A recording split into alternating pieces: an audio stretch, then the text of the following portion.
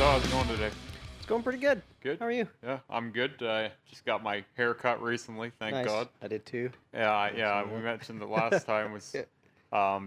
you were trying to grow it out, but my side hair grows out, it just feels terrible. Nothing works the same way for some reason. I get it. Like I'll usually blow dry my hair and it takes an extra 10 minutes, it seems like, when I have that hair there on the side. It's Yeah. just I feel more animal than man, because it's not hair yet. It's just fur. Yep. Like it feels more like having, like when you pet a cat or like a dog or something. Yeah. It's Like just short like hair. shaggy and thick and Yeah, it's I understand swampy, that pain. greasy, Yeah, man. right? Yeah. I don't think people understand what it's like to have that. Well, I mean, obviously a lot of guys do, Yeah. but like my hairdresser when I was getting my hair shaved because I had pretty long hair before, Yeah. she didn't understand. She just Mhm. couldn't understand why I would want to shave it. Oh But, yeah. oh Yeah. man, it's such a freeing feeling. Oh, I had that the last time when I shaved my head last summer for that 6 months or whatever. I was like completely bald. yep. Um, I had a hairdresser that I normally didn't go to.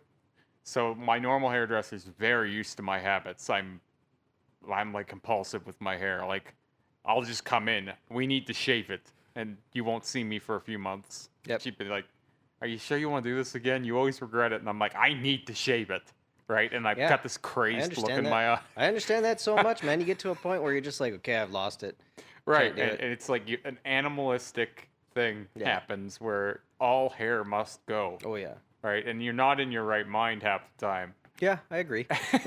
You get home and you're looking at almost see your reflection on your bald head and you're like, what have I done?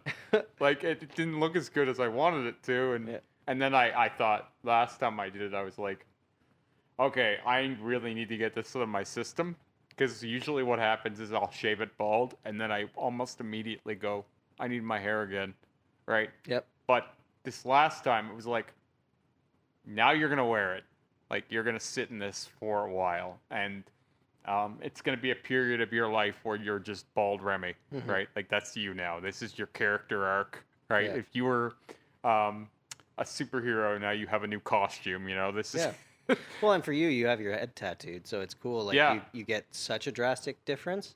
yeah, Like, because most people, it's like, oh, you just shave your head and then you're bald and it's fine. But like, if you actually have tattoos underneath, that's such a stark change for people. yeah. Because like, Well, as I was getting it shaved off, the hairdresser who normally doesn't do my hair, who was, you really want to shave your hair? I was like, yeah. She's like, oh, but your hair is so cool. I'm like, no, it's got to go. Like, you don't understand. Yeah. You don't know what's happening right now. This has to happen right now. Yep. But anyway, if you don't do it, I will do it myself. yeah, or it'll I go will. worse. Yeah, and yeah, it'll just take longer. I just want it over. Yep. But she's shaving it off, and obviously you can see part of my head tattoos always, because Yeah. I always keep the side short. But she's shaving it off. She's like, "What's under here?" And she's almost like digging to the bottom of like the ocean or something, where it's like, "What am I finding?" And she's seeing what's under there, and it's this scary looking like vampire bat, like Yep. slash Dracula guy, right? Like it's like an ancient vampire. And she's like kind of progressively like, why is this on your head? Like, what's happening here? And I'm like, I love that. uh. It's got to be so shocking for people. Like, you almost owe it to hairdressers to just go to a different hairdresser every time, Yeah. just so like you can give that experience to more people. Yeah, and I think for a lot of people, because I know a lot of people who they get their heads tattooed, but they don't do the scalp, Mhm. right? They'll frame it in a way that it makes it look like they have the whole head done. Because it's like, well, I'll never be bald, so no one will ever see it, Mhm. right? And I think, I'm just gonna say it right now, I think that's a bullshit move. Like that's a cop out. Okay, like just commit to it, do it, and get it over with. Your hair will come back. I've done this now. I think this is the 4th time I've shaved my head in the last like 3 years, and it's quite long again, right? And I'm struggling to keep it Yeah. because I'm getting that itch again, right? Man, every time, like, I mean, I would be more. I would have more drive to probably keep it shorter if I had tattoos on my head, Yeah, because like, I prefer to not have. I mean, I obviously have hairy legs and things like you that. have but hairy it's- legs, yeah. Yeah. Yeah. So I mean, but like, I like tattoos when they're hairless. It looks so much cleaner and so much more fresh. And it's hard but I don't want to be the guy shaving his legs either. This is the thing. It Like, seems like such a pain. I was watching back one of our podcasts, and I had my arms up a few times, and Yeah. I had pit stick on, and I Yeah. was like, oh, that's a bad look, because I don't shave my armpits, Yep. and I've got black tattoos, Yeah. and I'm like, it's just so much work to shave everything though, because all of me is this Yeah, color now. I know. So it's like I'd be shaving every goddamn day, Probably. and Yeah. yeah, And the every black, day you'd shave, it would get worse the next. yeah, but the black would look darker, right? Yes. Because like here with this sheen of blonde, it almost has like a graying effect.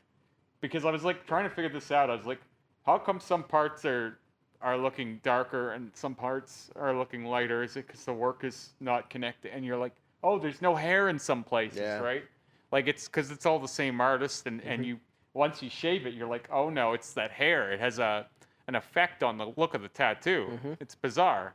Like you would never imagine that this little hair would change the look, but when it's all one piece like that, right? Well, the hair will, and then your tan will a little as well. Yeah. Like, I feel like a lot of people don't understand that when you get tattoos, even if it is just a giant blackout, you're going to be, Yeah. like, you see the tattoo, you see the ink through the upper layer of your skin, which heals back normal. Yeah. So you're seeing it through a thin layer of your skin, which tans, and then if it tans, you're going to show... It's going to change the appearance of the tattoo. When you're really, really pale, it's going to look starkly black. Yeah, and this is a thing I just seen. Hood216, I think is his handle on Instagram. He did Kat Von D's arm blackout recently. Yep. That's what he's most famous for. But for me, he's just an amazing blackout artist. But anyway, he just posted an unfiltered, completely regular ass photo of 4 black arms. Yeah, I saw that. Right? That looked great. It looked great. It showed a good comparison. That stuff is so valuable because sometimes I think, and I get a lot of questions too, like how come my black isn't as dark as this person's, or like blah, blah, blah, like it, and I'm like, first off, this stuff takes a lot of like beating back and forth, especially if you're not like in an area where there's people specializing in it. Yep. And there's people that are basically learning it on the job. Yeah. Right? Like they never done a big blackout. So there's no depth of understanding how it's going to heal or when you're putting in too much and all this stuff. So when you see an artist like Hood put a picture up like that and you see, yes, it is consistent. Yes, it's nice and rich blackout, but it's not super edited, and it is what it is, you know? It's natural. Because part of the problem is what we consume, and I've talked about this before. It's always so edited. I've done it. Like, everybody does it, you know? But it's nice to have that stuff that's just, here it is. This is what it looks like. Yeah. And it shows... I think that's valuable for people who are worried that their work isn't good or whatever. Yeah. And then they realize, oh, no, that's very normal. Like, I seen one of our friends here, like, I'm forgetting his name, but I wouldn't mention it anyway. Yeah. He seen me here at the shop one day, and he goes, oh, I haven't seen you in a while. I've just seen you in pictures, and I forget how natural everything looks in person. And I go, that's because all we do is look at shit online, right? Nothing looks normal online. Nothing.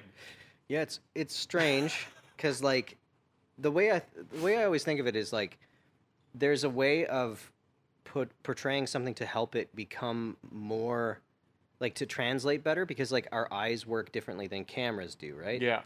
And I like the idea of, and I kind of hope that everybody started editing things to make it so it captures it better. Like, you know, when you see a photo shoot of a mountain and you're standing in front of a mountain and it's, oh my God, this is so amazing. And you take a photo and you're like, oh, okay, I don't get it, but yep, that's a mountain. Yeah. So like there is this lost in translation thing from reality, but we've gone past that. Because anybody who sees you in person, they're going to see how this flows with you and works with your body and looks really natural. And whereas when you see things only in these small chunks, it's like it almost can't translate how that will look. Yeah, it doesn't just capturing feel a moment of it. like real life. Yeah. Like, and it's not. You're viewing it from afar. But like, I've had like some photos where you'll take a photo and you think it's gonna look good, and the lighting will fuck it up, right? Yep. People don't understand. Lighting is key. Lighting is key. Because, like, there's some days where if the light's wrong and I'll take a picture, I look like completely white. Like, and I don't mean like a white-skinned person. I mean like my arms will literally be like a shiny white. And it's like I can't post this image because Yeah. people will think my work looks like shit. Right? And that's a legitimate thing. Because then it's not just a reflection. See, I'm never just worried about, oh, Remy's black work looks like shit. It's also, oh, your artist didn't do it right or something, right? Like, Yeah, because it reflects further down the line, right? So Like if you don't take a good photo, it affects further down. and then it's like, I would feel bad for posting that, Yeah, right? yeah, of course. So you can't just not be conscious of it. I just wish that we didn't have to be so like worried about everything looking fucking perfect all the time, Yeah. right? I mean, I agree. It's one of those things that you can see it kind of progress over, say, like when this type of technology came into play, Yeah. and as the years have progressed, it seems to become more not important, but like almost it's demanded. Yeah. Yeah. Because like I come from the audio world, like recordings and music Yep. and stuff like that. So for me, what I see is this. We use editing, like a lot of editing, to make music more and more perfect. Yep. And back in the day, your Beatles and things like that, you didn't really have the tools to do what we can do now. So like the Joe average person now can have a laptop and create a full record by themselves in their house. And I know a ton of people that are doing it, and it sounds amazing and perfect, but it's made it so if they don't do that, people's ears are now so tuned to this perfect thing that when you're not at that same standard, it sounds wrong. It sounds bad. Even it could be great, but since it's more, it's not as produced. Yes. Yeah. Yeah. And in the I think in the general public sphere, like our ears and eyes and all that stuff, the stuff that we consume over and over and over again, we get used to it, and it's like we have to have it. Yeah. Or something like that. Yeah. Or else something's wrong. Yeah. Exactly. Like, it's completely connected to this. Is my wife? She likes to listen to really crappy sounding metal. Like, I mean, and I say crappy. What she would say is it sounds like it was made in a garage, right?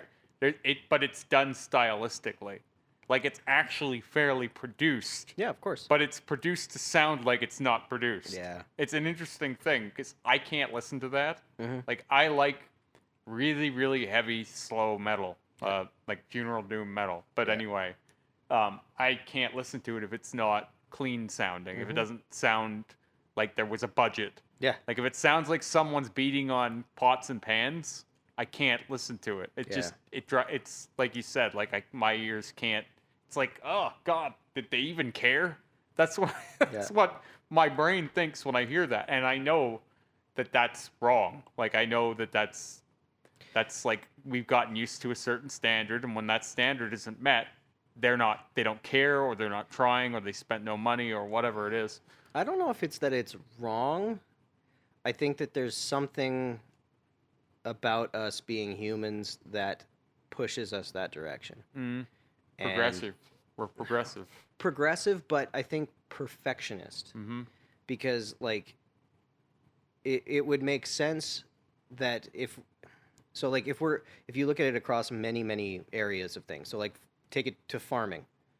Farming is now monocrop agriculture where everything comes out as close to the same as possible. Yeah. Like we have taken our food and put it into this efficiency thing. We've taken our music and put it into this efficiency thing. We can rely on it being a certain way. Yeah, and I think that, like, because in our survival mind, maybe if we needed vegetables and if you had a harvest that was all over the place and you had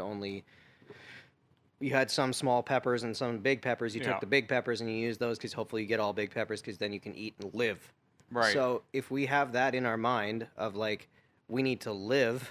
But shouldn't we be able to sort out our essentials and our art? You know, like I know that one would affect the other, but we should be able to go. yeah, I need all my peppers to be the same size because Joe needs to eat as much as Larry needs to eat. Well, I think when you're not the one doing the farming anymore, and I think that mentality can shift to whatever you deem Ah, yes. It has essential, to go somewhere. right? Yeah. Because like you have that energy, and if Mhm. we're not all hunting and gathering and planting our own food and all that stuff and having to survive, maybe our brains just tick over to assigning that responsibility to something else. Yeah. And I don't think it's necessarily that individuals pick that as much. I think it's like culturally we pick that. Oh yeah, it's definitely a collective. Yeah. I don't think one guy goes, "All right, this is how it's going," and everyone Mhm. goes, "All right, this guy's got the idea. Let's go with him." Yeah. It's definitely reached on a global level, some level. At Yeah. least not maybe not even global, but at least um, semi-global, like the Western world. Yes. I can't speak for all cultures, No, obviously. of course not. But to go back to the photos and all the editing that goes on and all that stuff, it's some people don't even look like themselves anymore. Like I would say I've definitely edited photos, but I've never changed anything about myself other than lighting. Mhm. Lighting is the only thing I've ever affected. Yeah. I don't. Some people will use Facetune, and they're Yeah. literally making their jaws like bigger, like wider, and Yep. they're popping their cheekbones up and stuff, and making their eyes bigger, and Mhm. it's like by the end of it, it's like that's not even you. So Yeah. here's what's happened to this: we put makeup on the person, right? Then the person took 90 photos in the same exact position, Mhm. and then took the best of those 90 photos, ran it through a filter, did everything they could with that filter and all their native editing options, edited it to that point, and then ran it through Facetune, and then adjusted parts of their face, and then put it on a social media platform, and maybe even fine-tuned it there, Mhm. right? By the time you meet this person, it's like you basically just met a cartoon character, and Yeah. there's no way that you're going to get someone that perfect in real life. Well, I mean, if you want to take it to a really weird spot, maybe eventually everything's digital and they create this avatar for themselves, and that's what Well, you yeah. digitally meet. This is I've been saying this for over a year now. We are living more online than we are in person, and this is the avatar of our times. Now, whatever that is, like for some people, it is an avatar, but for other people, it's them, but they are becoming that. Like they're Mhm. becoming a cartoon. Mhm. So like what I mean is some people actually have avatars. Like some people are commissioning artists to draw like anime characters to almost become like a puppet master of, and then Hmm. they stream with that as their face, and they have like Weird. a visual audio detection that mimics their movements and their everything, Wow. and it's just like a cartoon person, Yeah. and it can be any style, right? It's not just anime style. It could be like you could be like a Disney character, right? And then Really? they'll stream with that identity, Yeah. and they'll make it a whole persona. Like this my coworker was telling me about this shark girl. All of her whole flavor is shark facts. Like everything is shark jokes and shark stuff. Her whole channel is run this way. Like, and people tune in for 10 hours a day. Sometimes it's literally just hanging out with this person. Yeah. Like it it's not even close to real life anymore, right? We're already getting on the fringes, we're already going that way. And what I see is the fringes always dictate the direction in the end. Like That's fair. so I mean, it seems to be, anyways. I've got this theory that this is an extension of body modification, right? Yeah. Like this is a new, real, inhabitable body mod Yeah. where we're done with being who we are. Like this flesh suit that we're wearing it's carried us as far as it's going to go in some people's minds, and they're just done with it. Like fuck the meat world. I'm going into space, like I'm going into cyberspace. It's so like that idea, and it seems so. That's where it triggers my old manness. Like because it doesn't make. I mean, maybe it's because I haven't delved into it. Yeah. But that whole idea is like so foreign to me, Mm-hmm. and I can see it as you're like, what the fuck is he talking Well, about? But I but understand that it's a possibility, yeah, but the thing that is so strange to me is the drive to want to be in that more than the regular world. well, this is it. You know, I've thought about this in so many different ways. Like, we've made our quality of life so good. We've made it so easy to be connected to one another. We've never been it's never been easier to reach out and contact someone than it is now. That's And we true. couldn't be more sick of one another. Right? Like, we are absolutely disgusted by one another. Yeah. Like, other than this podcast, when was the last time you'd just sit down and just talk to someone straight for an hour and a half? It doesn't happen. It doesn't happen. And I used to do this all the time. Like, we have this conversation. I used to do this with people all the time. I would be, let's go out for coffee. Yeah. And you plan to go out for 45 minutes to catch up. You're there 6 hours. Yeah. That was me up until I was 25. I was doing that once a week. It wouldn't always be the same person. I seemed to be, I used to think that I liked to talk to people who were a lot different than me. Like, I would maintain close-ish friendships with people who were sometimes even as far as disgusting to me. Like, their tendencies were really like, ugh, why would you do that? Yeah. Like, everything I would listen to and counsel, it would be like the opposite of what I would do. Like, I had a very close friend who he would get himself into terrible situations that I would never be in because I'm far too responsible. Like, just in general, my mindset is sober, right? I'm very aware always and clear-headed. Yep. This guy is just in a cloud his whole life. He's slipping on banana peels and fucking things up, and he has no idea where he's going, and it's just like he falls into good luck, and then he falls into terrible luck, and he's with one woman and another woman, and it's just up and down. He's not stupid. He's really careless. Yeah. And I loved talking to him because it was always like, that would be me if I was, if I made one different decision, that could have been. And so I felt like I was almost learning about another way to live when I was talking to that person. Likewise, I had a female friend that was always being screwed around with by guys like him. So it wasn't him that was screwing her around, but it was almost like I was speaking to someone who was dealing with that guy as well at the same time. Yeah. So I was getting both sides of that's a story.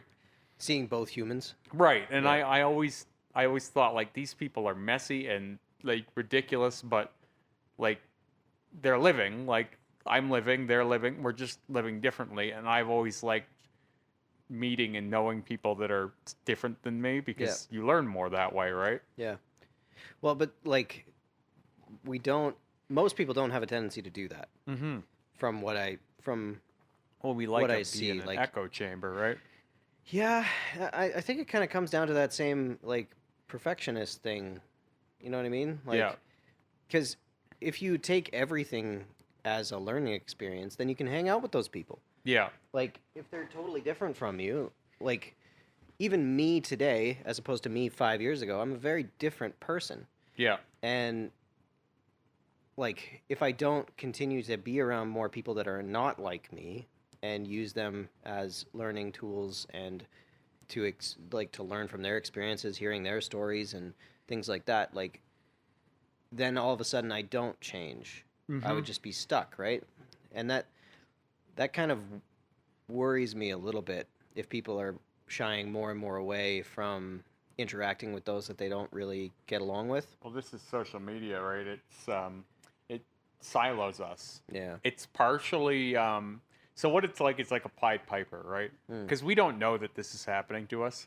No. Here's this guy with a flute doing a weird strut in front of us, and here's 3 or 4 pigs, and we're just one of them, right? We're just marching along with him. He's got some treats on a stick or something. Sure. And it all just seems like candy, so why wouldn't we go this way, right? Yeah. We're not going to follow the guy that's dangling rotten meat, like things we don't want. Yeah. Things we don't want to taste, we don't want to smell, we don't want to... If it's unpleasant, why would we go near it, right? Yeah. So if you don't expose yourself to things that could bother you, then you're going to end up just, mentally fat and soggy, right? And full of yourself. Because, like, you're just going to get what you think all the time. And Social media will be right there to feed it to you. I almost feel like you need to have another app that obviously no one would end up using it, but it's like if you have certain predilections in your other apps, Yeah. it's like this app will give you exactly the opposite of that. Right. Right. Like, I mean, even if like, so say you're like hooked on the news and catastrophes and all that stuff, and it's like, oh, okay, well now if you go to this one, it's all good things, Yeah. everything's happy, and you have to like do some amount of time on both of those I things to think you balance should. yourself out. I think we should have to have our disgust meter and our pleasure meter meeting to some Yeah. degree, where it's like you need to be offended more often by things and Yeah. confronted more often by things. I think just uncomfortable, That's it. moderately uncomfortable more often. Yeah. You know what I mean? And then you won't be as offended when you are uncomfortable, I think. I think you might. I think you know how to react Yeah. better. You know what I mean? Well, you'd be dealing with it more often, so you build up more of a tolerance Right. to it, right? When you never deal with it, it's when it does happen, it's this big problem, right? Do you think that's part of the reason that you get such visceral reactions from people online? Yeah, because I think that even if people, like I had a woman yesterday, for example, she said, "You are disgusting and disgusting by God," she said. And I'm like, okay, well, up, buddy? that was a different one. How's it going, buddy? And I was just like, okay, like I get that kind of stuff on TikTok all the time, so it doesn't even when people see me post that stuff and they're like, they'll reach out like, "Oh, don't let the haters bother you." I'm like, "Don't worry, like I got this." You know what I mean? Like, No problem. I'm good. I'm already there. I just do it because people get a kick out of it more Oh, than yeah. and it's great engagement. Yep. And I don't mean to say that I don't think it's as zany as it is, because it Yeah. is. But if I were to post any snippet of my TikTok while we're talking, I could pull out my phone right now and here's my TikTok, Yeah. and it's just a barrage of nonsense, hateful swearing and weird languages, and just it trends in random parts of the world, and I'm getting cussed at by these people. Now I'm in France and I'm getting sworn at. I'm getting, Yeah. I'm getting doomed by people in all cultures all the time. So when I do that, it's just for a laugh. But all I could think was, this person hasn't seen this before, Yeah. and they don't even know how to react. So they're like a dog barking. Mm-hmm. Right, that's the way I look at it. It's like a dog That's barking. interesting. Yeah. Somebody walked by their house. And, Yeah. And they're like, oh, Well, because for them, I'm on their feed. Why is this on my feed? And I've tried to explain to a few people, like, okay, because I've tried to explain it. I swear to God, I have. Where Instagram only shows you things that are akin to your interests. Yeah. You will never see me if you haven't been in my neighborhood before. Right. Ever. You just won't. If you haven't been looking at heavily tattooed people, you will not see me. Yeah. Guarantee you. Because that's how algorithms work. Yeah, of course. They're not going to show a person that's spent 8 years consuming Barbie dolls and cat videos, EphemeralRemy. Yeah. They're just not going to. Those wires will not cross. I fucking guarantee you. So if you're seeing me, I'm not saying it's your fault, but indirectly, yes. You've been consuming Well, things the that have- algorithm's saying it's their Yeah. fault. Yeah, You know what I mean? exactly. That is what it is. They're giving you what you want. I had one guy actually one time, it was a year ago, I think it was. He actually was reasonable because he attacked me. He's like, "I'm sick of seeing your face on my feed.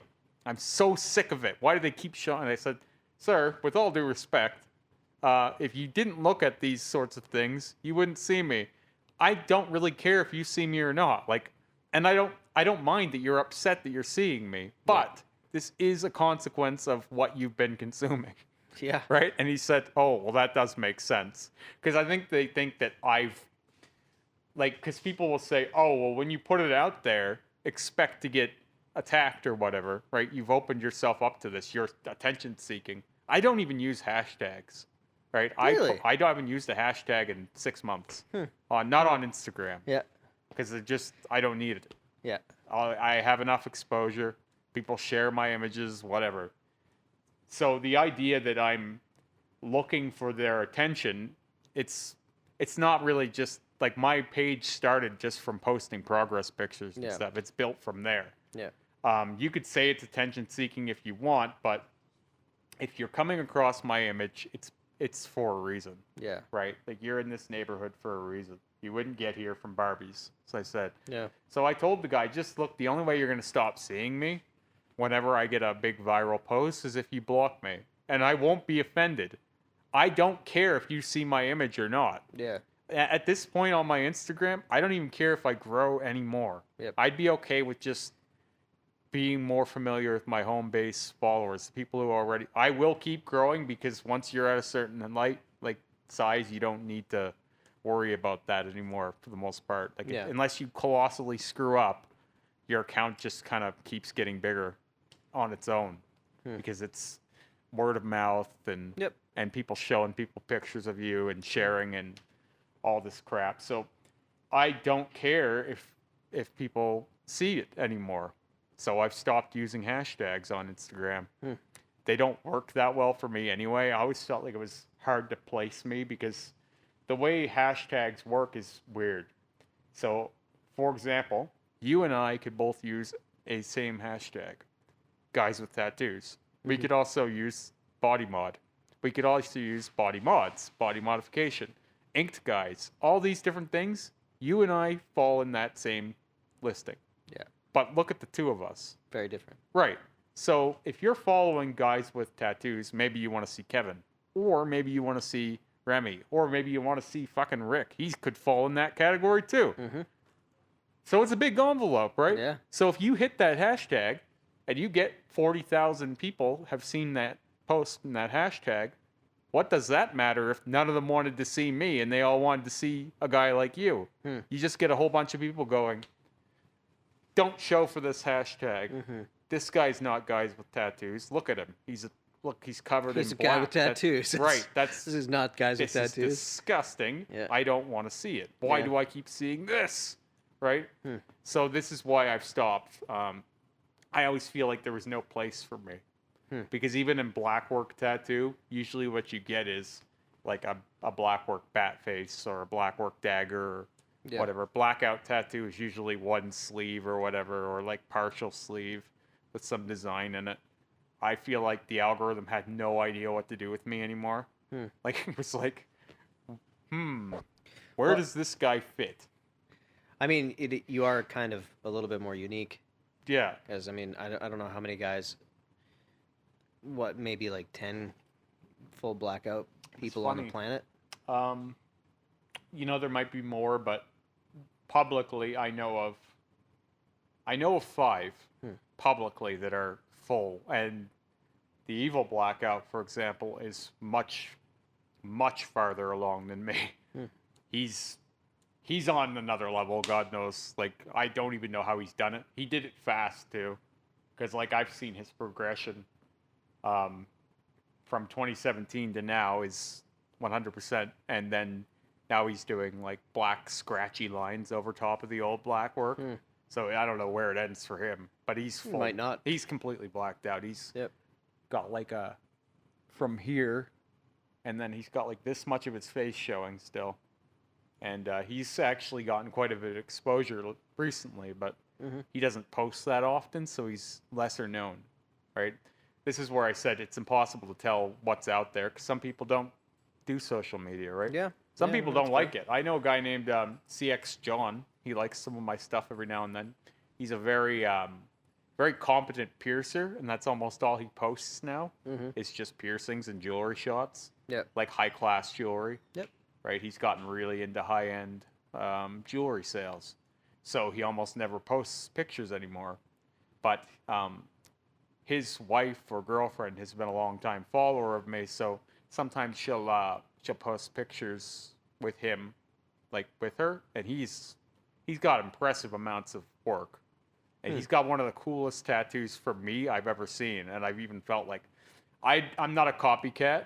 But I've been tempted to copy that tattoo because it's just so cool. He has the only negative space that isn't black on his body, other than like the bit of his face that isn't blacked out, is he has a giant negative space question mark in the middle of his throat. Oh, cool. And it is just so striking. Nice. Like, it's just like, what a perfect idea. Because everyone's always asking why. Yeah.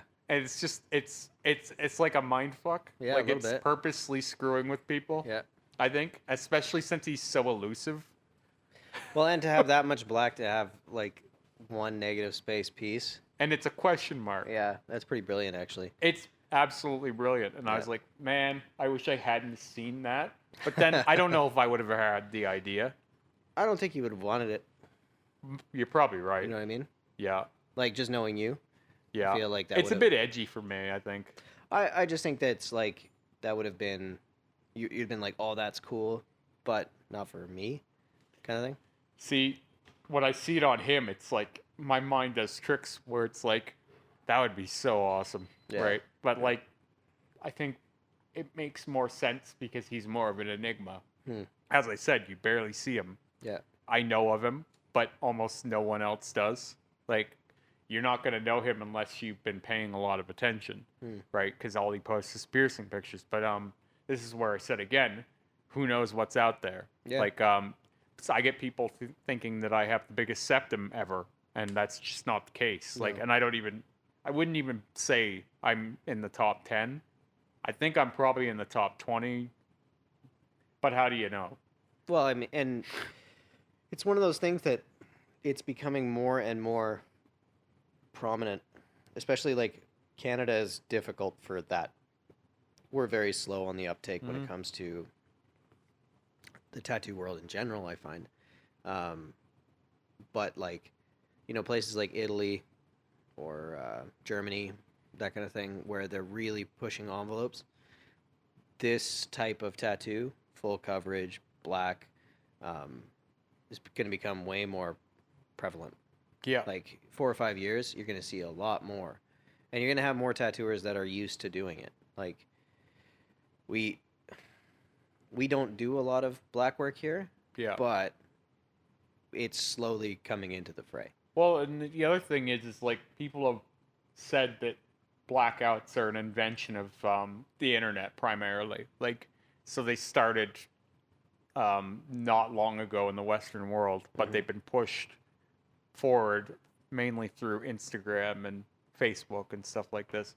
But like that being said, if there wasn't a hunger for that work, like why isn't it something else then? Like why wouldn't it be another thing? Like, you know what I mean? Like it could have been any other tattoo style that would have been pushed more. Like I thought that trash polka was going to be a huge force, but I haven't seen too much of it. Like it's. I think it's one of those things. Like it's a similar thing to this. Trash polka is very hard to do well. Yeah. It's like, man, there's so many styles that people underestimate how difficult it is to execute it in a way that is high quality. Because when you look at a trash polka sleeve, you're like, oh man, cool, it's all this stuff together. But to assemble something like that that looks aesthetically pleasing is very hard. Yeah. To make it not look, because like again, you're working around the body. Yeah. The body is its own thing. It is its own shapes. You have to adhere to its own shapes. So it's not like you can just slap a bunch of words and splatters and images together and have it look cohesive on the body. And the ones that you're going to see online are going to be only the ones that are executed well. Yeah. Right? So I don't know. I just think it takes a certain level of artist to execute something that seems just like black work.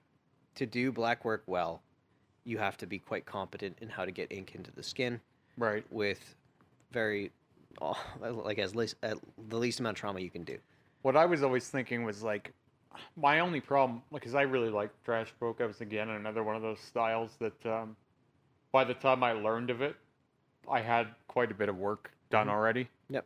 And there was just no way to really make a go of that. Like I liked the black and red. Yep. Right? Obviously, that was my old suit, was black and red. Yeah. Like people are like, oh, you're all black. I'm like, yeah, my old suit had a lot of black anyway. Yeah. Right? It was primarily black and red. But trash and polka is primarily black and red. Yep. So probably would have been a great fit for me had I known about it years and years ago. But to do it later, all I could do was add elements. Like I had a big skull and raven on my leg here, and it had some of the red streaks, and I had some font over here. Like it was a whole trash polka thing, but it wasn't executed that well. Like it was a decent tattoo, but the raven was smiling for some reason. Like it just looked happy. Like every time I looked at it, I just wanted to punch it. Like it was like why is it so happy looking? Ravens can't smile. Well, it was like this big, evil-looking bird coming out of this big, dark skull, and everything's rotting, and there's blood, and it's like paint splatter and stuff, and there's this raven. He's just like, hi. It's like, why is his beak so happy? What is happening with this thing? And it's the only thing He's about just the having a tattoo. good day, man. It just really drove me nuts, and I just couldn't explain it. Like, and I told other people too. I'm like, because I'd have people like, oh, that's kind of cool. I'm like, nah, it's annoying. And they're like, well, what's wrong with it? I'm like, that bird is smiling. Right? It's all I could see. Yeah. I stopped seeing everything else about it, and I just zeroed in on that beak.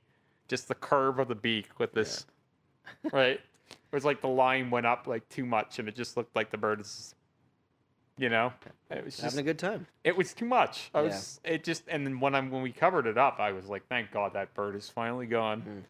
And there were other parts about that tattoo that bothered me too, but I was just not happy with how it was done. Yeah. And I don't know if anyone else could have done it better either. I don't know of anyone else that would have done it better was the problem. It wasn't even a case of, oh, well, I went to the wrong artist for that. It was like, no, who could I have even gone to that would have handled that well?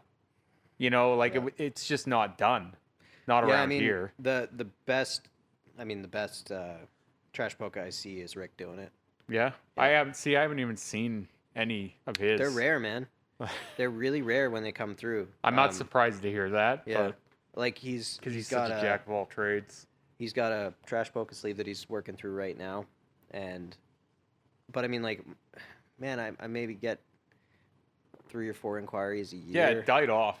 Yeah. It was really cool for a minute, and I was like, oh, this is going to be the thing, and then it's gone. I don't think it's necessarily gone, but I think it becomes, like, different waves of things become popular. Yeah. Because, like, even in the realm of, like, trash polka isn't super common here. A lot of what is still requested is, like, black and gray. Yep.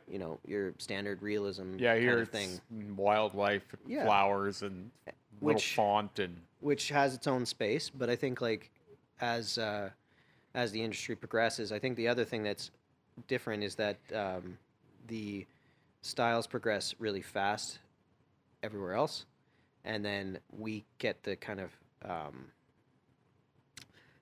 trickle down of that. Yeah. So it's like we won't get a lot of those types of things, but you'll get some people that are keen on new styles, and they'll be like, "Oh man, that's sick. Let's do this." Yeah. You always have those people on the fringes. Yeah, and there's some people that have kind of their finger on the pulse when it comes to the styles that are popular out there. But I mean, a lot of people just find the things that are more widely accepted rather than the kind of it's easier to approach, right? Like, and I think for a lot of people are looking for a low barrier to entry, right? Mm-hmm. They're not looking to make a lot of noise. Yeah. They want to have the tattoo that they're not going to have trouble at work. Yep. Right. And I think that people don't realize is that tattoo is a lot bigger than it used to be. Mm-hmm. Right. Like, you'll get the girl who's like, I want to get a tattoo, but I don't want to lose my job, so she'll get this little tiny thing here. Yeah. And it's like, no one even notices. It's like, how much bigger would you have had to make that before they go, I don't know about that. Like, how do you know, right? How does that girl know what the limit is in such a world that's kind of like, changing by the day almost? Yeah, I think there's 2 types of barriers of entry. I think there's the work, because a lot of people's jobs don't have that. Yeah. A lot of people's jobs, they don't, unless you're going into a place where you're doing something that would be offensive. If you put something nice and well done on you in an inopportune spot, so the classic job stopper. Yeah. If you put it on your neck or if you put it on your hand or something like that, but it's done nice in a way that would be executed cleanly, almost nobody cares. Because aesthetically, it's almost better.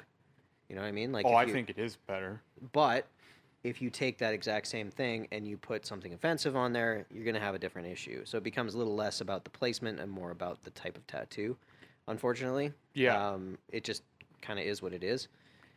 Right. Because, like, my wife works at the bank, and a majority of the people there are tattooed. Yeah, I know. I've seen it as one, and this And is it's what I'm saying. not even mildly tattooed. No, like, I know. Heavily There's tattooed. a lot of full sleeves Yep. walking around Oh, in there yeah. these days. And because like the work has like the quality of work overall has come up, in my opinion. So I think like when you have stuff that is done well and executed cleanly, I think it's less offensive to the people that would find it offensive normally, like my grandparents. Well, yeah, we had we went to the Galt. I took some pictures of Sarah down and around the coulees, and she took that Mario one of me I did for yesterday. We just did the one shot for me because that's all I just wanted a coffee with the Mario shirt. But I took a bunch of her anyway, and we had a guy, an older guy, walk up to us. He's like, I gotta hand it to you. You really went all out. And he was just like, you know, I really hate it when I see people what they just have like the little tattoos and they're not all connected. It's like you just want to call them a quitter. Like, and he didn't mean any harm, but he's like, it's like I just feel like it just if you're gonna do it, like you gotta just go and do it. Like don't quit halfway. And this guy must have been 70. Yeah. Right. And he's just like, you really didn't give up. Like it's nice to see the commitment. Oh yeah. Like you can tell that, but how long would that have taken? Right. And it was just this. And then it was, hey, have a good day. Thanks for, you know. Well, I still think, like, people forget that old people that are older, are just people. And if you were a person that found that stuff cool in your early life, that doesn't stop when you're older. No, I know, yeah. Like, we have a lady that's getting tattooed. She's older. And it was, like, kind of first tattoo, half sleeve. And I was just like, this is great. Like, you want this. Doesn't matter what year you are. Like, I mean, it might make it a little bit more challenging to tattoo if the skin isn't gonna be as easy to work with. But, like, you want a big tattoo because you've always wanted a big tattoo. And you're that person at this age still. Like, it doesn't change who you are as you get older. You just are still that person, but you're older. Yep. So, like, if that guy comes across you and goes, yeah, hell yeah, you committed. That guy is going to be the same guy no matter what the environment is. And I think we forget that. Yeah. I think we forget that people are just old is people. a mindset. Yeah. It really is. Yeah. Like I was when I was getting my hair cut, there was a guy, he was just being funny, but he goes, hey, have you ever considered getting a tattoo? Right? And I just said to him, I was like, well, I thought about it, but I've always had trouble committing. And I just thought, like, this guy was like, I would say he's about my age, but like I know he was just being friendly and funny. But I think like I'm good at decoding people, and I think he probably thought like this is ridiculous, but he would never be rude, right? And I just thought like you could be 30 and have a negative opinion, or you can be 70 and have a positive opinion. 100%, man. So it's got nothing to do with age. Yeah. Right. Well, and like people are so different. You know what I mean? Like I have a lot of tattoos. My brother has none. You have a lot of tattoos. Your brother has none. Yeah. None of my brothers have any. There you go. And like, it's not that I don't think that they hate on tattoos, but they don't see them the same way that you do. Yeah. Just like my brother doesn't see them the same way as I do. Like he always talks about them almost as if they're stamps. Yeah. And I'm like, oh, okay, that's fine. That's how you view them. Well, people need a way of figuring it out that makes sense to them, right? Yeah. Like filing it away. Like, Yeah. like I've explained it to people who don't have tattoos. Like if you collect figurines or whatever, it could come from a similar place. Sure. Yeah, right? Of course. And that's actually not true in my case. That's not what I'm doing. But that's been a way I've tried to like make it make sense for other people. Like you collect these things and this is what you know a lot about and you're passionate about, and that could be similar to what I'm doing. Yeah. Now, when I say that, I'm like kind of tongue in cheek because for me it's obviously much more than that. I don't even care about the image anymore. Like when people will ask me like, you think you're beautiful or anything like that, and I'm like, it almost doesn't even have a bearing on it. Like there's no, I like the way it looks. I'm not saying I don't like the way it looks, but I'm very indifferent to the pretty image of it. It's like this is one body mod I'm working on constantly. It's all one piece. Even earlier we were doing that Unilad interview, and one of the hardest questions for me to figure out, like I was thinking about a lot last night, was how the hell do I decide how many body mods I have? One? Like one? I'm working on one thing. That's like, I have that question asked too, where it's like, oh, how many tattoos do you have? Like, I kind of consider it like pieces. So like, I have a sleeve. Mm-hmm. That's one. Now, granted, there are many tattoos in that one, but it's one it wasn't piece. one It wasn't a tattoo until like the whole idea was a sleeve for me. Yeah. And then this one is in progress, so it's like that's 2, and then I want to do this one, which is 3, Right. and then I want to do this one, which is 4. Right. So, but at the same time, it's eventually going to be one. It just Really, becomes it's a going to be my singular. body Yeah. tattooed. You know what I mean? Yeah. To an earlier point, we were talking about my scalp tattoo. Mm-hmm. That is completely removed from everything else that's going on. Yep. And so people naturally assume that eventually that means that'll be blacked out too. And it's not. Like, it's not going to be, because for me, it's not part of, like, that tattoo kind of ends here. Mm-hmm. Like, it all kind of, and then everything up here is away from that. Mm-hmm. And I have no real ambition to change that. Yeah, no, it's like as it is, it has this. They each give their own space. You know what I mean? Yeah. And it's cool that you have the ability to have hair and not have hair, and unearth this different thing that's underneath your hair. You know what I mean? And like we were talking about, like the disgust and what's acceptable and in a workplace. Like, if you have a nicely done, presentable tattoo, it's fine. I made damn sure that my head tattoo was anything but presentable. Like, you went for it. That was kind of my fuck you in a way. Like, Yeah. and it's not that it's a big like evil sign or like it's offensive necessarily, but it's gruesome, right? Yep. And bloody. I always thought, if you're gonna have a head tattoo, it means that you've gone pretty far already. So that tattoo up there gets to be a little bit nasty, right? Like, That's fair. it has balls. Yep. Like, I wasn't wanting to just do something tame. If I'm gonna bother with my scalp, let's make it a good one, right? Yeah. So I want it to be gruesome, and I just think that even a full black head wouldn't even be as No. it wouldn't Wouldn't have be that. as visceral. Yeah, it would just look like more of the same. Yep. So I would agree.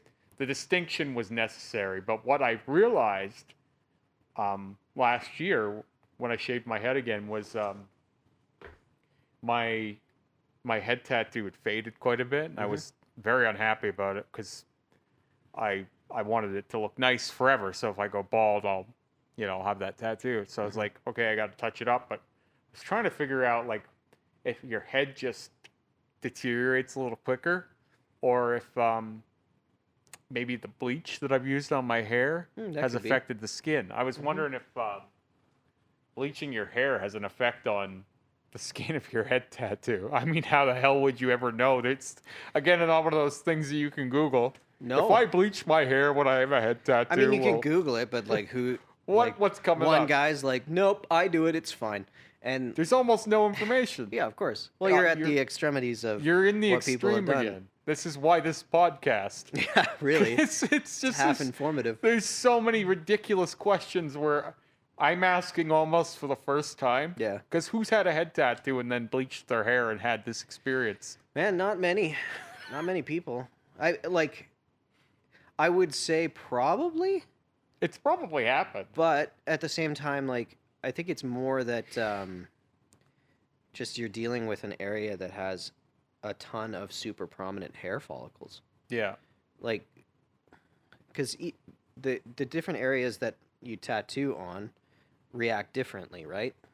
And I think it might just be a unique tissue, because even the sides of your head react differently than the Yep. top of your Oh, head yeah. from the looks of it, right? Yeah. And when you get down into your face, like, yeah, I mean, I would think it's just different tissue, but Yeah. because like the bleach would have to go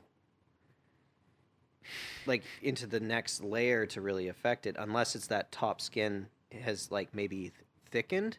It's a really, like, it's not even something that I could, like, commit to believing in. Yeah. But it's like, it's a lingering maybe for me. Well, if you think about it, like bleach would be corrosive, so you'd have a small burn from it, Yeah. or a skin irritation. Yeah. So it could react as if you had a sunburn or something on the top of your head, Mm-hmm. in which case you might be increasing the level of tissue, like almost scar tissue kind of thing over top of it. So it very well could be. Right, and I think I bleached my hair a couple times that run, because I think I did it once and then I did it again when the roots grew out, and I'll be doing that again soon. And Yeah. I'm like, am I destroying my head tattoo again? And there's no way to know until you shave it. No. That's frustrating, Yeah. because your head sees so much of the sun too, right? Yeah, of course. Like you can't put suntan lotion in hair. I mean, you can. It would just be gross. Like, hold on, I got to make sure I get it right on the scalp. Yeah. Honey, are you ready to go? No, hold on. I need another few minutes. I'm rubbing this in Got deep. this cream in my hair. It's like, Ugh. how do you do that? So, like, we went camping, right? I had myself just loaded up in suntan lotion everywhere from like here down, but nothing up here. Yeah. So we're walking around in the sun, and who knows how much of that sun is actually getting to my head. I wonder if that is the case, then I wonder how many people that are just standardly bleaching their hair if they're creating an issue with their head that they don't really know about. Like I used to do blonde hair in like kind of patches and streaks and things like that back in my punk rock days. And I did the single skunk stripe. Yeah. In like a mohawk kind of thing. And this area of my hair is going gray faster than the rest of my hair. Oh, really? And it's the only part that I had significantly been bleaching for consistently. You know what I mean? Mm. So I often wonder, like, did I age my hair faster in that area because of that? It's tough. It's tough for me to say. I'm sure someone could tell you. But I mean, I've done so much to my hair over the years. Like, I'm surprised that I don't have more problems. But I have no thinning, and I have no recession, and there's no graying. Yeah. So for me, like, I'm wearing my hair now for as long as I can. Yeah. Like, that's my mindset anyway. Who knows? In 2 weeks, maybe I'll get that itch I was talking about. But the last time I shaved my head, it was like, part of when I got home and I was a little disappointed was my head had lightened up quite a bit. Mm-hmm. And I wanted to show it off triumphantly again. Like, here's the bat again. And I was like, oh, he's a little weak right now. Yeah. Like, oh, he needs some love. But I'm not going to get to for a while because it took me until 3 months later to get it touched up because I had to get all that stuff done with Lee before I started working with Rick, right? Yeah. So it was like now I'm wearing, and it wasn't like anyone ever commented on, oh, your bat's looking a little shoddy, but like I would take pictures of it and I was you like, would be not happy. can I darken this? Yeah. Can I edit this so that it looks?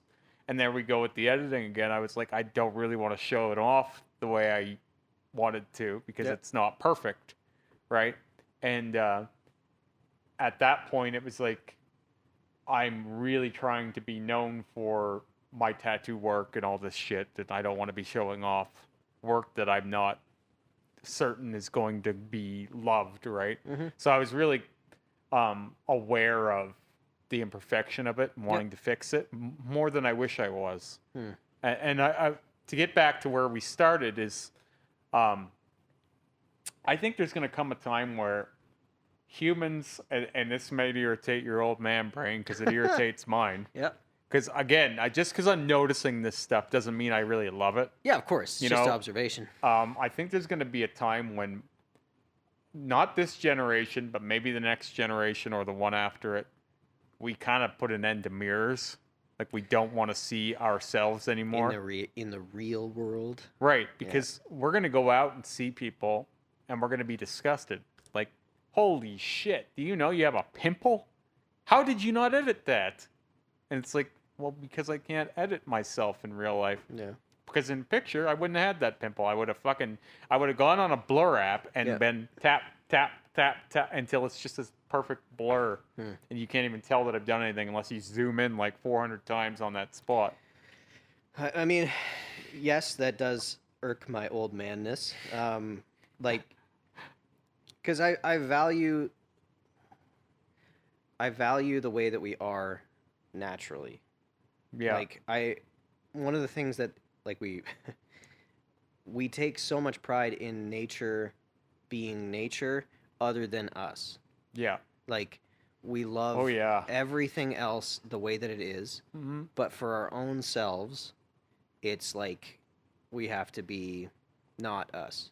And I have the same problem. Like, I don't look at myself and think fantastic, but there is something that we don't want to manipulate nature. We don't want to interact with, like, we have this. We accept nature as it is, other than humans. It's very strange. It's very strange that we just don't have this view of ourselves as in our own nature. It's like we look at everything else in a way that we can value as it is, except for humanity, in which case we have to construct everything to be how we ideally see it. Right. You know what I mean? Like, we can't live in nature. We have to cut it down and put up cities, and then we have to go and visit nature. But we want to come back to our camping, perfect. we're gonna rough it today. Yeah, It's like, exactly. We get this to go used to into be our life. Yeah, we get to go into our trailer and like view nature from afar. Yeah. And then go back to our life of comfort. And then for ourselves too, like, we can't just look at ourselves.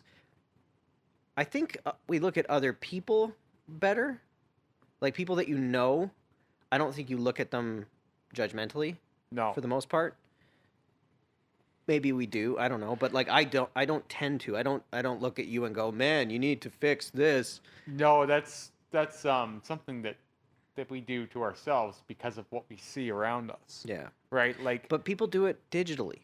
Mhm. Like, if it's someone that they're seeing that they don't have physical interaction with, we pick that apart. It's weird. when I was dating, I was in a modeling thing back in 2012 called Vodka Guys and Vodka Girls. It was like a derivative of like Suicide Girls, but it wasn't nearly as high. I'm not even saying Suicide Girls is, but it wasn't as high end as that. It was like really entry level crap. Yep. And I always thought it was a pyramid scheme, which it ended up being like a like an entry level porn pyramid scheme. Yep.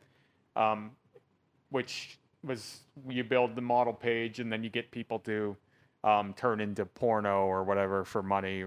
Got it. Whatever the hell it was. I met a girl on there anyway.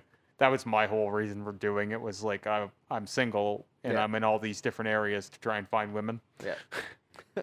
Whatever about that. But I did end up meeting a model that I ended up having a relationship with in Ontario. And we were back to like Skyping with one another and, sending pictures and stuff. And she presented herself as a brunette with dark features, brown eyes, dark eyebrows, really, really lots of makeup, right? Very cute girl, but whatever. In real life, she was a redhead with green eyes, right? And her cheeks were a lot pudgier than they were made to look, right? She wasn't ugly. She was still a decent looking girl, but completely different person than I thought she was. Yeah. From a personality standpoint too, because she was so cheery and so upbeat and so caring and all these things online. And then, even back then, you would say that I got catfished a little bit. Yep. But we're not really thinking that way anymore. Like, already that's what everyone's doing now. Like, Yeah. like catfishing is kind of the new normal. Which, like, I mean, if you only exist digitally, okay. But if you're going to go see these people in real life, like, the catfish has to end. You know what I mean? You have to be able to exist in both planes if you want that part of the relationship, right? See, here's the thing. If we had this relationship today, maybe we don't need to meet as much in person as we did then. Right. And maybe in 10 years, we don't need to meet at all. Ugh. Because who knows what kind of virtual landscape we're creating where people... I had a girl who was like, I don't know how you can live with the comments that you get all the time. And I'm like, because it's whatever, it's online. And she's like, these days I'm living more online than in person. And she just said it that way. There wasn't even like it wasn't even like she veiled it. That was what she said. Yeah. And I was like, and we're 2020. What's 2050 look like? Don't even get me started. Like we're gonna be able to have these relationships happen, and we won't have the problem of, oh, well, when I met her in person, though. No, Yeah, you no. just won't, because you won't need to, because whoever the hell she pretends to be will be way better than anyone you could have ever planned to meet anyway, and so will you be for her. I mean, there is something to my old man brain Yeah. gets into the like, what does that mean for us psychologically? I don't know. Japan's way more advanced than we are, and they're not. I don't know how well they're doing psychologically. Their suicide rate is higher than anywhere else in the world. But it has commonly been that, Yeah. like, that they have, even back to the samurai days. Yeah. Like Well, fair enough. Suicide has been Probably a bigger part of their culture. it's been more prominent there, but like it's coming into South Korea, because South Korea is big into the plastic surgery. The Yeah. plastic surgery there is far better than everywhere else on the planet, and they're going with far riskier procedures as a common thing. Yeah. But I just kind of get to the place of like, all right, well, psychologically speaking, if you don't have to deal with your physical reality and you can escape into your digital reality, then you don't ever work on what's going on for you here. Right? Here's where it's funny. It's like we're doing plastic surgery, body modification, all kinds of tattooing, all kinds of like boob jobs and jaw implants and all kinds of stuff on the physical end. And then online, there's another sect where we're just living online and we're doing these things and we're creating avatars and all this shit. And it's like at no point on either of these spectrums are we trying to be more human, right? Like we're running as far away from, or you could say we're taking to the limits. Sure. Yeah. Right? Like it's either we're running away from ourselves completely or we're pulling to the limits of humanity. But we're never focused on just being human anymore. Like if this was to be it, it's almost like what's the point? Like if we were just, this is what life is. Yeah. Just this conversation, just two people talking, and there's nothing more than that. It's almost like that's not enough to live for anymore. Like we just need to go farther. Like it has to be more. And there's no limit to that. So it's hard to even imagine what the end point is. Well, and then you get into like, so we want to space travel. We want to go. Everybody talks about colonizing Mars, which is interesting. But like, this explorative nature of ours, if you get more generations that deviate away from the physical and they go towards the digital, and they find more value in that, and then all of a sudden all the kids that are growing up that want to become astronauts and things like that are not, they're simply developers within the digital space. Does that then limit us physically? Are we going to do anything outside of what we have been doing? Are we going to be stuck here? I think we're making it really easy for us to not care about going anywhere more, because we're creating a world within the world we live in now. Well, and we always talk about like wanting to space travel, but like if all of a sudden you've got a VR set and you go, I want to be on a different planet, and you are in your mind's eye or whatever. Yeah. Like maybe that's our version of yeah, well, you can go wherever you want. And because maybe Kevin wants to go to space, but maybe I want to go deep sea. Well, now we can sit next to each other and still be in those same ideals, right? You're out fucking fighting aliens on some faraway planet. Yeah. Black Murtaugh or something. You're with a blaster just shooting aliens and, leveling up in your own way. And here I am, deep sea diving, and oh, look at that. It's a big squid over there, right? Yeah. Meanwhile, this guy's doing a farm simulation or something. It's man, I get why people lean towards the simulation theory. Because like when I see what we're drifting towards, it's like, oh, yeah. You know what I mean? Like why wouldn't it be that? Yeah. You know what I mean? Like we're going to be moving towards something that would give us something similar Yeah. So why couldn't that be a possibility? Because I think that once we get there, the limit of our travel and our exploration is our imagination, Yeah. right? So like you can almost find anything you want in a simulation that's just feeding you what you want to do anyway, right? If you wanted to go, like I said, to a faraway planet, then there's nothing stopping you but your imagination. Then Yeah. once you get into that virtual reality, Yep. and with all the talks of like Neuralink and how we can't even use our phones as fast as they can process. So Yeah. we're going to be done with typing soon because that's not quick enough. That's what Elon Musk wants anyway, right? Typing is too slow.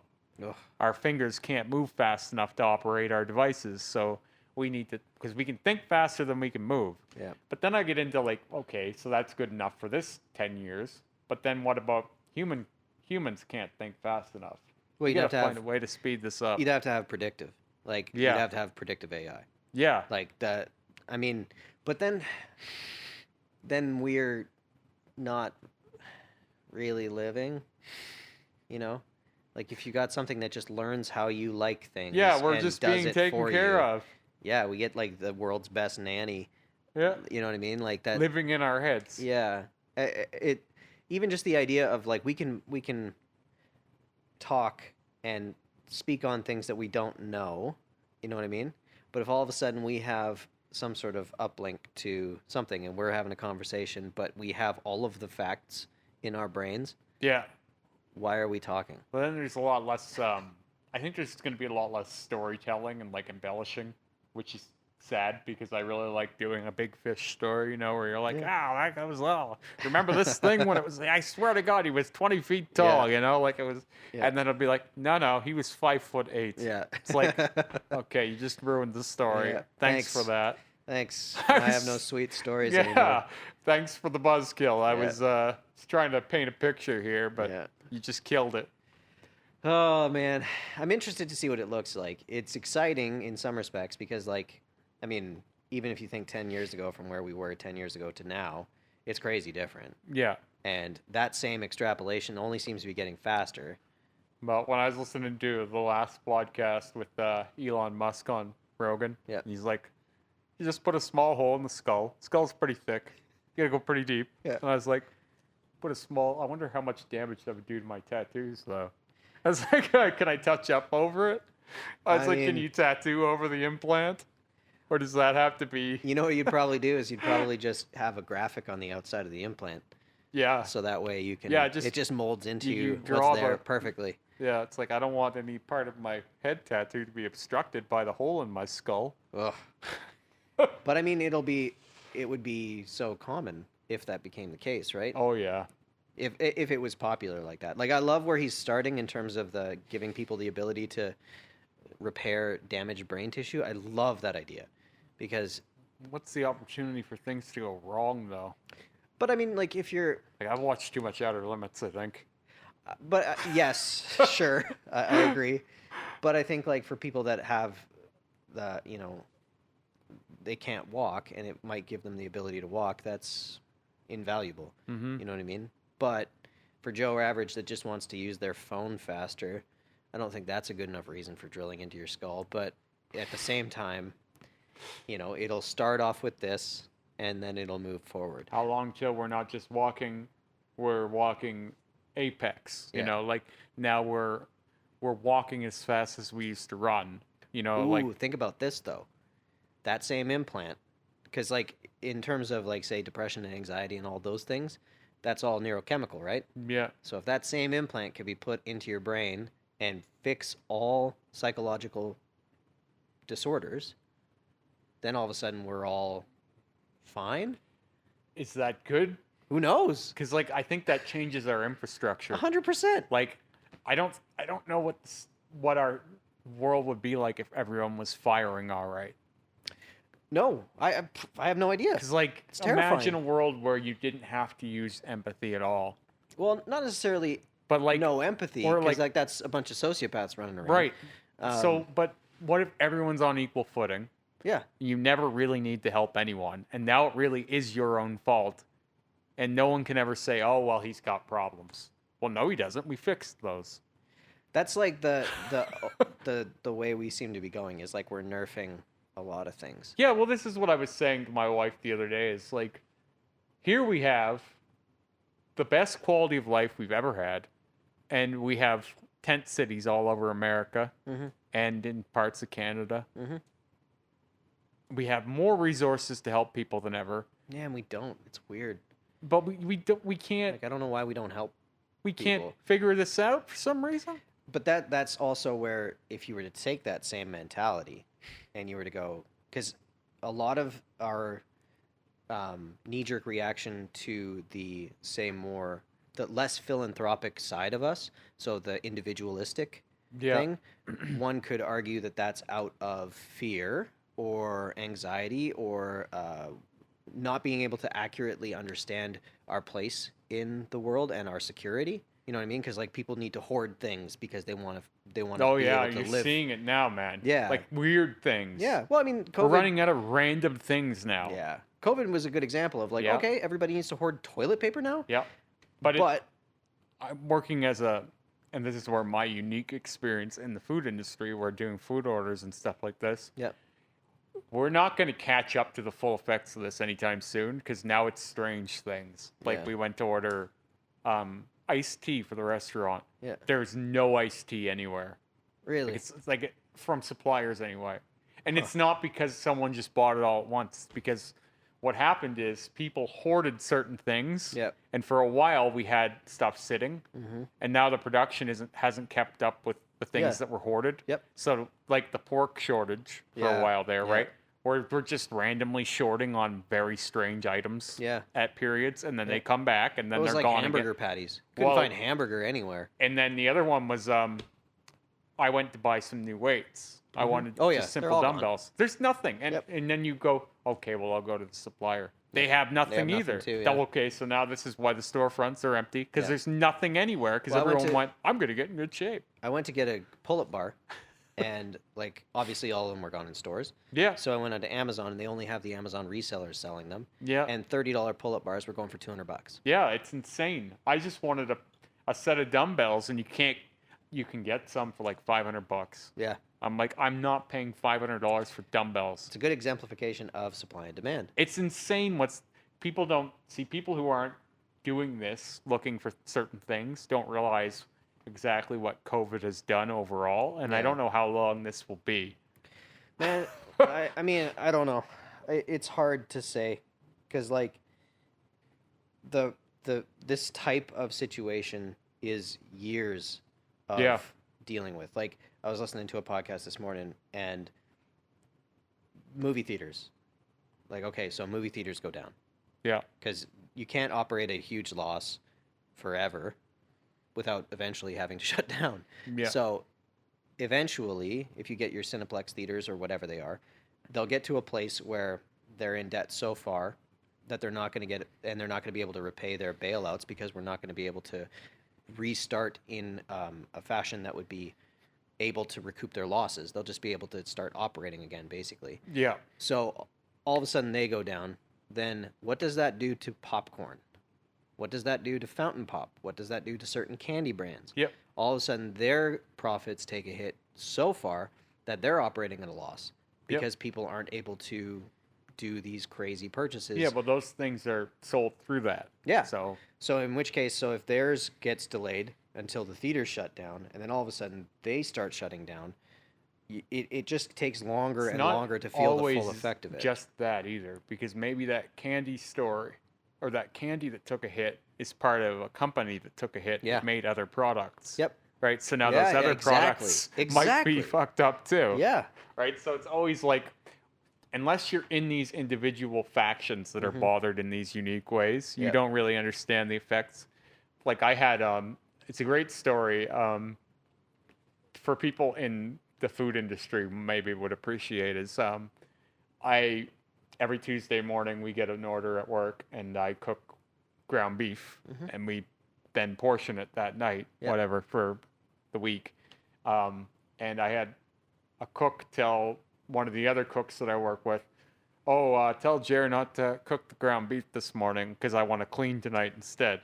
And my line to this in-between cook was, we're not cooking it for fun, right? Like we're not doing this for fun. Yes, we could go a day without doing it, but it needs to be done. Yeah. So if I don't cook this ground beef, then we run out 2 days later. Yeah. Right? Like you do all of these things to prepare so that you don't run out later. Yeah. Right? So when you shut down factories for 6 months, just because you have enough to make it for a year doesn't mean that you're not going to suffer later. Yeah. Right? You have to keep producing it because you want to stay ahead. Yeah. Right? We're producing it today so that in a year we'll have some. Yeah. Well, and we've been societally operating at a certain amount of acceptable profit because, like, most businesses that are, you either run at a super narrow profit margin, and because you need to stay competitive for price, in which case you have to maintain a certain amount of sales, otherwise you're immediately in loss. Mm-hmm. Kind of like if you buy an Apple product, like Apple products, most businesses, like if you buy something from Best Buy, they lose money as soon as they sell you a product. Yeah. So if you're operating at that narrow of a profit margin on those kinds of things, and then you lose 5% of your sales, say.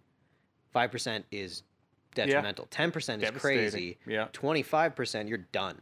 Yeah, this is where a lot of people are like, why are so many restaurants still aren't open or they're closing or whatever? Yep. It's like, yeah, because labor and food costs and overhead, you've got about 8 to 10% profit usually. Yeah. And then you shut down for a few months. Yep.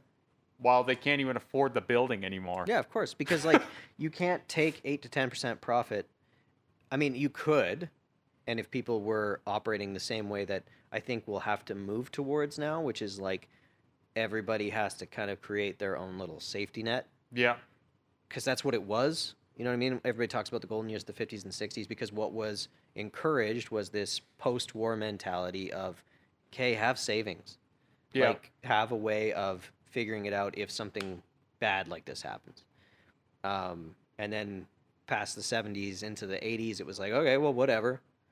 Like, free money. Let's just go into credit instead of savings. Let's make the money not yours. Let's make the money this guy's that you can just use. Then all of a sudden you run into big issues, big issues. And I think like we'll probably end up moving more towards that where all of a sudden costs of things are going to go up. People are going to have a bigger profit margin in order to be able to maintain for when your wave 2 or whatever you want to call it. My problem is like I get really conspiratorial with like I think there's no way that people didn't notice that we sent people home for 3-4 months and the world kept rolling. Sure, we're going to take losses, but we kept the lights on, and there's no way that people didn't take notice to that and go, do we really need all these people working? Mm-hmm.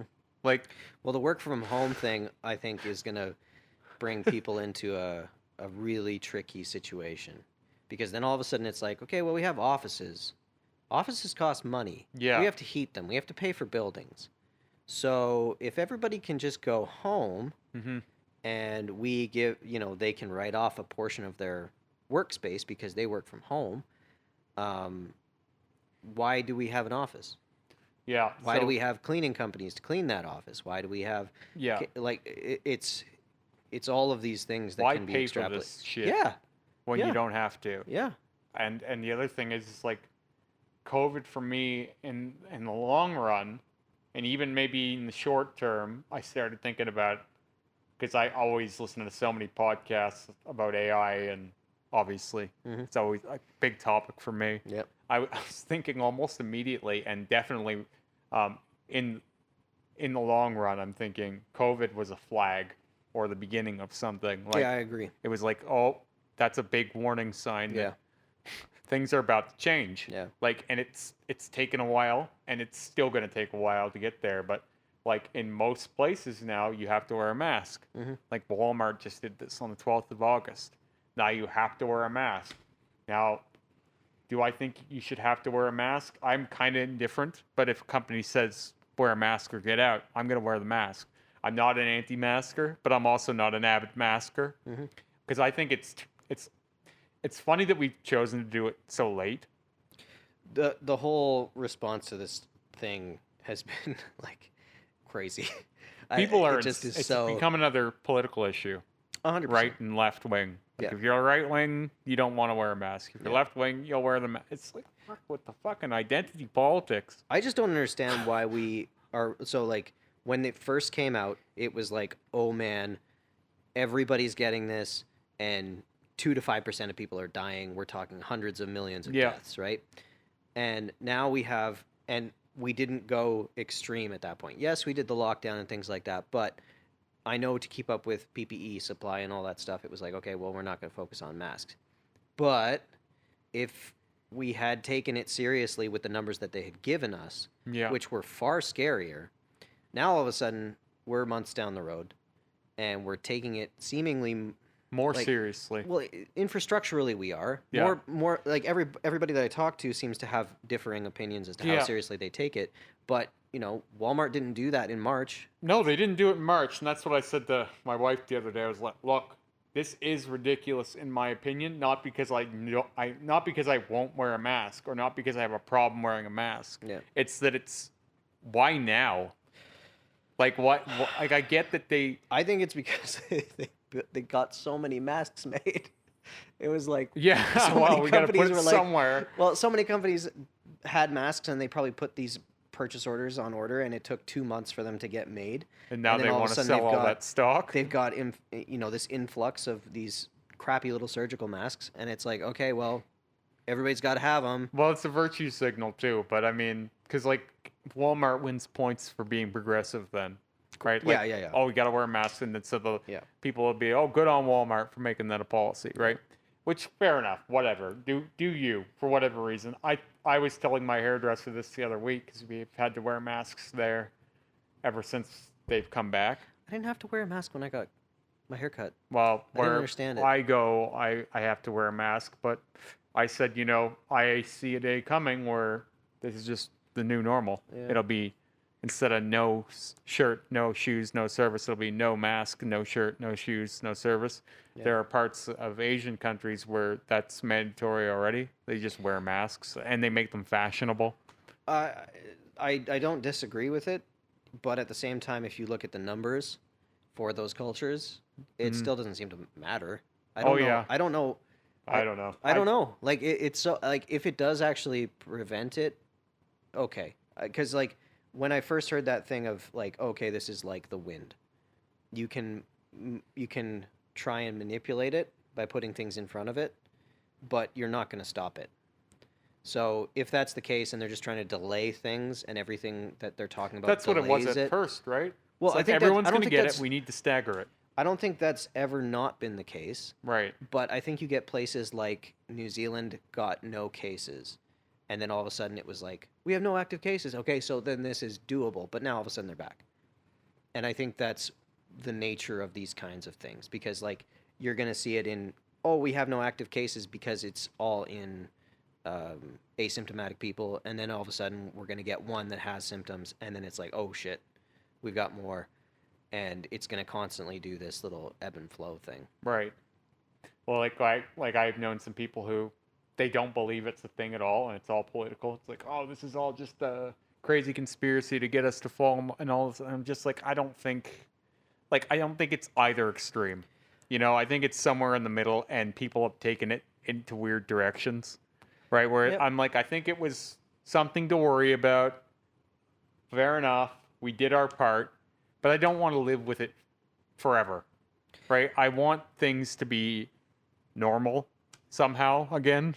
Well, I mean, And however long it takes to get there, just do it. But I don't think we'll ever really have a normal as what we had. I think what ends up happening is that like what this exposes is frankly what we should have looked at with the flu, and what we should looked at with common colds and things like that, which is like if you have health conditions, one of the most important things to focus on is your immune system, because not only does this happen with the COVID thing, people die from the flu all the time, people die from common colds all the time, because if you have an underlying health issue, if you have a bum ticker and you don't know about it, and you get something like this, it will show up and you may die. Yeah, and I think part of the problem is like there's just so much stress on making money that you don't even want to take time off when you are sick. Oh, Like 100%. like I was thinking about that. Like, if I got sick back in the day, what was the common thing? Work through it. Yeah. Work Play through the pain. Yeah. Take something and then just get on with life. I had a 10-year streak almost. I think it was almost 10 years where I didn't have one sick day at Yeah, work. we value that. Right? And it's like a badge of honor. Yeah. But Now how many it's like, days was oh, I sick? Now you have a runny nose? Okay, go home for 2 weeks. Yeah, this is the new thing at work because we have a lot of people who, well, just the nature of cooking is there's a lot of like kind of deadbeat people and like transients, and Yeah. you're always working around some monkeys, basically. Yeah. And they'll make up stories to get it at work. Yeah. So now no one will say they're sick. We've had 5 uncles die since I've been back, though. Oh, really? You know what I mean? Yeah. Like, I want the day. I don't want 2 weeks. Yeah, because no one wants to say they're sick, because then they'll be on their ass for 2 weeks. Yeah, Because no one's 100%. bringing a sick person in right now. So Man. it's, oh, my uncle died. Oh, yeah, another one, huh? Yeah. Your uncles are dropping off like flies. Yeah. But And they now- won't say mother, because that'll be too dramatic. See, we usually get the opposite when it comes to tattooing. It's like if somebody's forgotten they've had an appointment or something like that, and they'll be like, "Oh, I had a death," and because it's one of those things that you can't really question. Yeah, now exactly it's like, right. Now it's like, "Oh, hey, I'm coughing, so I probably shouldn't come in." And it's Yeah. like, and it's immediately like, okay, the day of the appointment, you just happen to call me right now. It's a get out of jail free card. Exactly, because Yeah. you can't question it. Yeah. And if they are, stay home. Yeah. I'm not going to disagree with you, but it is interesting to me that it has become the new, oh, I had someone die. But it's also like my wife the other day, she was really anxious. She's got some anxiety sometimes, and it was like, do I have COVID? Like, I have a cough. It's like, okay, like this Yep. is going to be the thing for years. Yep. Whenever anyone feels a little sick, they're going to Yep. think they're dying. Yep. Right? Oh, man. Which is so counter to my instincts. I'm of the mindset that, like, not of the mindset, but for me personally, I've kind of had to give myself the, if I can't taste or smell, I got it. Yeah. If I don't, I have allergies. Because I do. I do, That's too. not yeah. fair. That's not fair to be like, okay, well, I sneezed once, therefore I must have this thing. Like, that makes no sense. If I look at the list of common symptoms, they're including a lot of things that could just be people being people and having other things. When I was first happening, I have really bad photophobia. I've spoken about this on Instagram on posts. Like, from working overnights for so long, when I see the sun, my eyes go really squinty and my sinuses flare up. Like, I'll have to sneeze immediately. Yep. And so I'm like, when I go out in daylight, I always feel like a leper, because I'm like, if I sneeze and if I like cough, people are going to be looking at me funny, right? And Yeah. I mean, I look funny enough, but like they're going to be looking at me like I'm diseased or something. Yeah. But I can't help it. Oh man, you get those looks. It's crazy. I can't help it. But to be fair, I do the same thing every once in a while when you're walking around and you're like, someone's coughing, you're like, okay. Well, yeah, because we've been taught now that if someone's coughing, they're basically a plague bearer. Yeah. Like I seen the great meme back when COVID started with the 2020 new wardrobe, and it's a plague doctor with a stick. Yeah. Right, and his stick says 6 feet. it's designed to keep people at 5 feet. Yeah. Right, it's basically a long cane. Yeah. It's like, yeah, that works. That Yeah. would be the garb. Yeah. Full Oh, man. plague doctor. Like, I don't know. It's all very interesting. I don't know how to feel about it because my opinion on it seems to change daily, because it seems like information changes daily, and I don't Well- really know how to make It's also like living in multiple worlds right now, a because little bit. Yeah. when I go to work, my experience is almost no different, except our sterilization process is even more strict. Yep. But us cooks don't have to wear masks, but the servers do, right? Everything up front is masks. Yep. When we go to the mall, it's like we're living in a world that's in complete lockdown still. Like it's weird where everything is so slow, and like you're one person in at a time in the cell phone store, Yep. But then you go to Walmart and it's like bumper cars on crack, right? Like everyone's wearing a mask and there's these crazy one-way aisles that Yeah. no one's paying attention Oh, to, and nobody it's cares. a bloated pressure cooker. There's a Yeah. million people in there, Yeah. but we're all wearing masks. But then you go to the mall and there's no one in there, and it's Yeah. like, keep distance and one person at a time. Like, okay, what world are we in here? Well, the problem we is, all is agree? that we don't have the type of government that would be as heavy-handed Yeah. as, like, say, China's lockdown procedure was crazy. You know what Yeah, I mean? we're To all the- in. They're all to in the same. point of locking people Yeah. into their homes. So, we have to do this idea of, like, when we were given the okay to reopen, like, you get sent, or you can download the recommendations for safe procedures and things like that. But they are all recommendations. Yeah. It's very strange. We have a hard time saying, you should do this, do this. It's going to come with this penalty because XYZ, because that's like more totalitarian, where your government's telling you what to do. Yeah. But the problem is it leaves it all very open to interpretation, and which makes it seem like it's not real. Right. It's Like- all like just suggested. And Yeah. I think it's because we in Canada, even more than in America, we rely on our citizens to social enforce, right? Like you'll have people go, well, they're not even wearing masks there. Like and then all of a sudden you're almost shamed into doing it.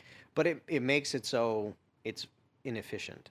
Yeah. And I know. That's And not all in pace. And I can't say that I would want it the other way, but when it comes to things like this, Some things need to be clear.